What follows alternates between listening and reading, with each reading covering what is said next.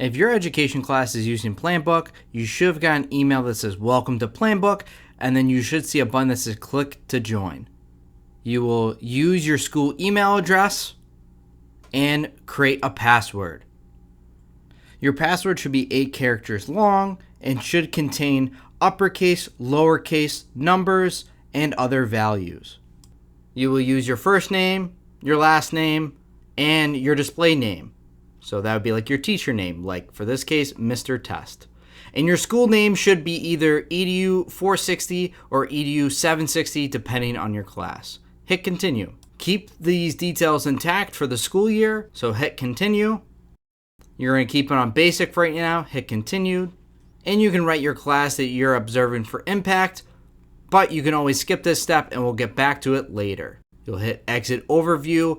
Each time you sign into Planbook, you will open up to the lessons page, but there's a few things we have to do before editing lessons. To start, you will click on user settings in the top right hand corner. It looks like a person, and you are going to select lesson layout in the tabs. And all you have to do here is favorite or mark as current the education class that you're in and go back to plans. Next, you'll be hovering the left hand side and you should see a classes tab.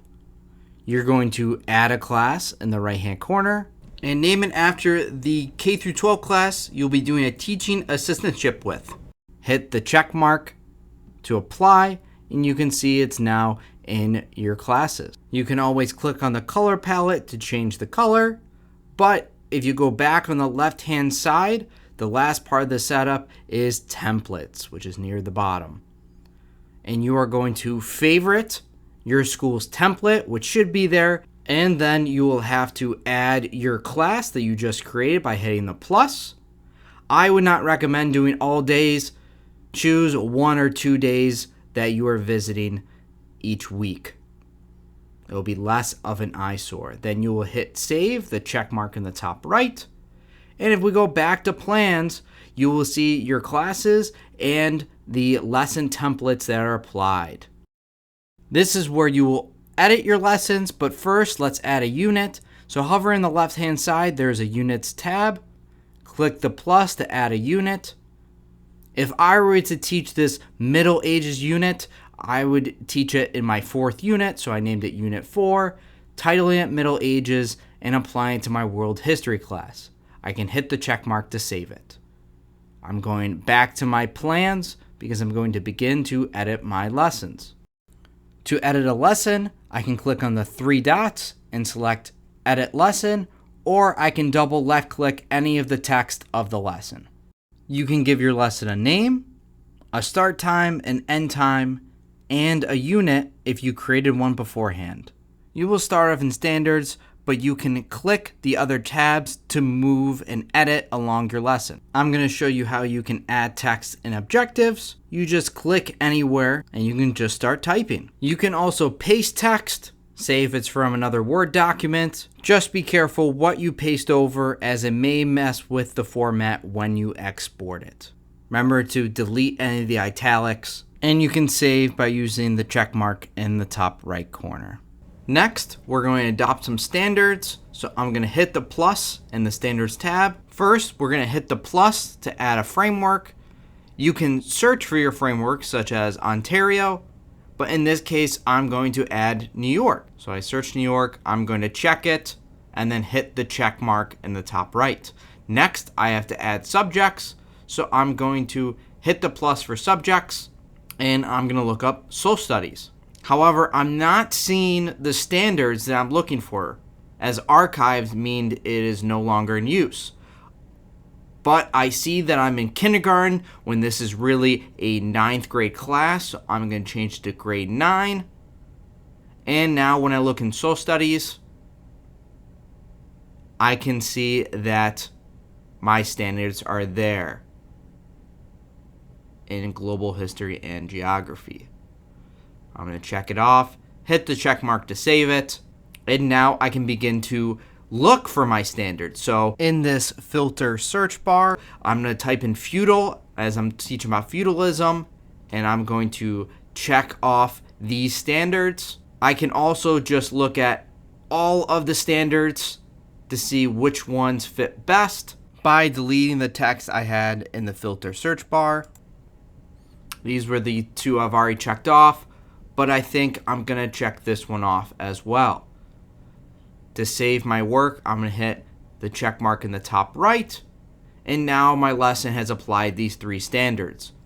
Always hit the check mark in the top right to save your work. Now I'm going back into my lesson to edit it. I'm going to preparation to show you how to use the rich content editor. So I'm beginning to type here, and let's say I want to add a link to a website that I'm using, in this case Cami. So I'm going to highlight Cami, click on the 3 dots, as 3 dots means there's always something more, and click what looks like a chain link. I'm going to paste the URL that I'm going to be using and hit save. Now, when I export my lesson, anyone who has it can click on the link and see which website I'm using. Other things you can do in this text box is bold words, underline them. You can change some colors of the text. You can highlight. You can undo if you made a mistake. You can add pictures and even mathematical symbols. Next, we're going to go to instructional strategies, hit the plus, and we're going to go to our school, EDU 760, and there is a bunch of instructional strategies that we can add to our lesson. You can filter at the top if you wish, but mine deals with some role play and simulation, so I'm going to hit the check mark to add those to my lesson. Lastly, I'm going to go to attachments. Here, you can grab from your computer by going to upload here, and I'm going to be grabbing the presentation that I'm going to be using for this lesson.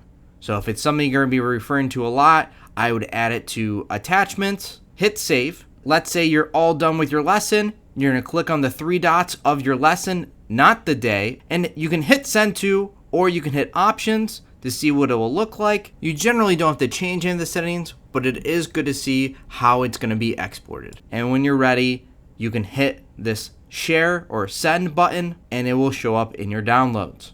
So if I open the file, this is what it looks like. I can click on Cami, and it will take me to the website. I can also scroll down to attachments. I can click on my PowerPoint, and it will start downloading on my computer for anyone to view. That's Planbook in a nutshell. Let me know if you have any questions at cplantone@niagara.edu.